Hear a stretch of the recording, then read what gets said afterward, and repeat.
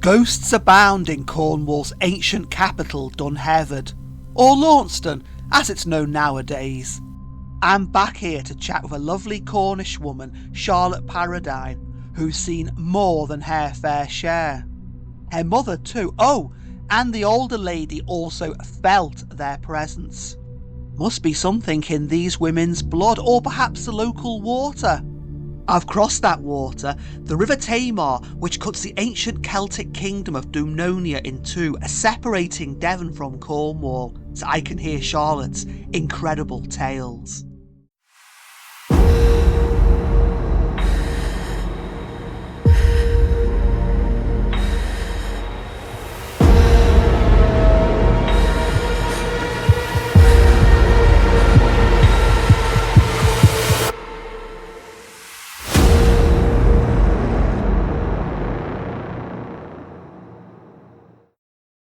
Good afternoon, Charlotte. Can you please introduce yourself to our viewers? Yes, my name is Charlotte Paradine and I live in Trebartha, which is in Launceston, Cornwall. And you own a fantastic, pretty out there shop here in Launceston, which is where we first met. Care to tell the viewers a little about it? Yes, I have a shop in Launceston.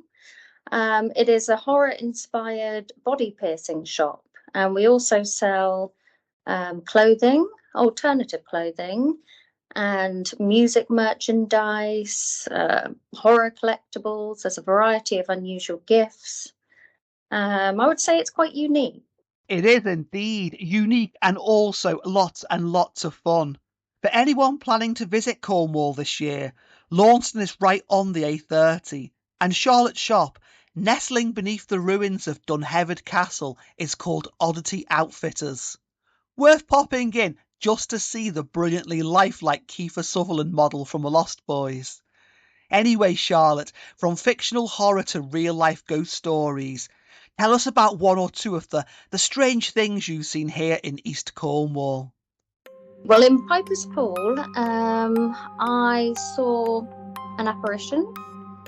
My friend and I were we parked in the lay-by just up from my mum's house, and we started walking down and we saw this apparition. It was a ghostly figure. I immediately knew it wasn't, a real person. It wasn't human-like in any way. It was yellow in colour, and it was almost, I wouldn't say glowing, but glow in the dark. But I knew it was, obviously it wasn't a man. It wasn't a man out, he wasn't walking up the road. It was a ghostly figure, and there was no doubt about that. A little context here. Piper's Pool is a lonely little village perched on the edge of Bodmin Moor, which viewers will know better as Bodmin Moor, home of the infamous beast.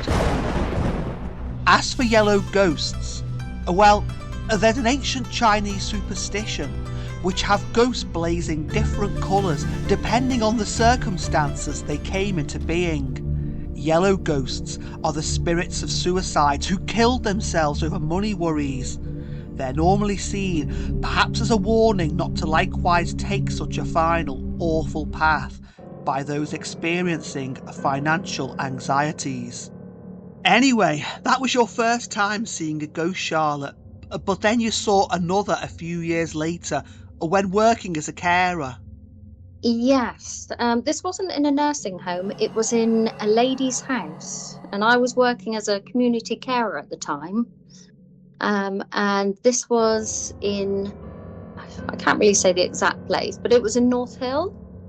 North Hill being a tiny village on Bodmin Moor itself. So we keep the exact address to ourselves to respect the current occupier's privacy, but we're talking about an elderly widow living in a traditional Cornish cottage. Yes, I was staying there for the night, like I did a few times a week, and it was a sleep-in. So I woke up, I think it was probably about 3 o'clock in the morning, and I just peered over the bed covers and looked at the curtains in front of me, and I could see a figure of a lady sitting on a chair.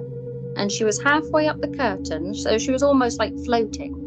But she was in the distance, so she was smaller than what she would be if she was sitting in the room. And can you describe her? Well, she was grey in colour. This spirit was grey, and it was almost misty. But I could remember she had large eyes, quite droopy eyes, straight hair, and she had a headband on, like they did when they went to parties back then in the 1920s. But yeah, her flapper dress was just below the knees. I can't remember what the exact details on the dress, but it was quite loose. And she was only there for maybe 3 minutes, and then she faded. Wow, so a 1920s flapper, how incredible. And what kind of age would you say she was? I would say this lady was probably early 40s. I mean, I could see all the details, her hair, which was just straight but slightly wavy, large eyes, quite droopy eyes. She looked tired, and she had one leg over the other, not in a way that a lady would sit. She had one leg, as in, how men generally sit sometimes. She was sitting in that position, which I thought was odd. Well, that's a fantastically detailed apparition you witnessed, but there's a twist to the tale, isn't there?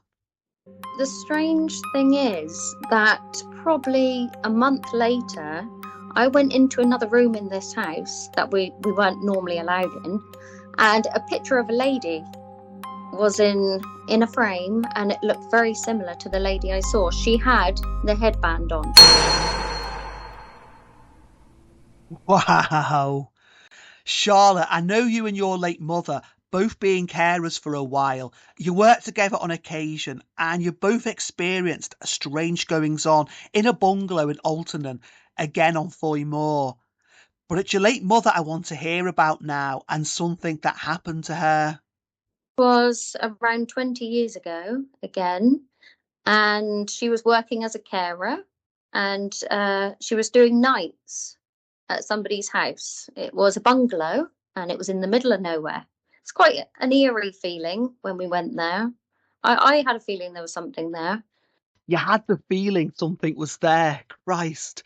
And this remote, lonely bungalow, in the middle of nowhere, as you say, in the middle of the Cornish countryside, belonged to an elderly widow whose husband had passed on, and she lived there alone. Tell us what happened to your mother when she stayed there overnight. My mum was sleeping in the bed because it was night duty, and she woke up in the night and she could feel something behind her, as though somebody was lying there beside her. And it did, I know this sounds unbelievable, but it did run their hand down Mum's back. Oh, that's really creepy. And, well, I was going to say a gross intrusion of our space, but what was the touch like? Was it affectionate, caring, aggressive, hostile, male or female? Hostile, and a male. I don't want to say sexual, but the way he acted was exactly how a man would act, if you understand what I'm trying to say. It's she just had that feeling. Jesus Christ, what an experience. But look, there's also a twist to this tale, isn't there? She did end up seeing a man in that room shortly after, and she explained to the lady who owned the house what she saw. And Mum explained, his appearance, little details. He had a long belt that was hanging down, and he was just limping. He wasn't going anywhere, but he was walking on the spot, and he had this big limp. And she said, "That's my husband." Well, Charlotte, thanks a million for coming onto my channel and sharing these fascinating tales with me. Really appreciate it, and they've been great to listen to. Just to finish, look, you've seen a lot of ghosts, your mother too. Do you have any theories as to what ghosts actually are? I think some spirits are those that have passed on, and maybe they've come back. They want to make an appearance for the sake of their family, if only briefly. And then other times, I think maybe we've just kind of tapped into the other side.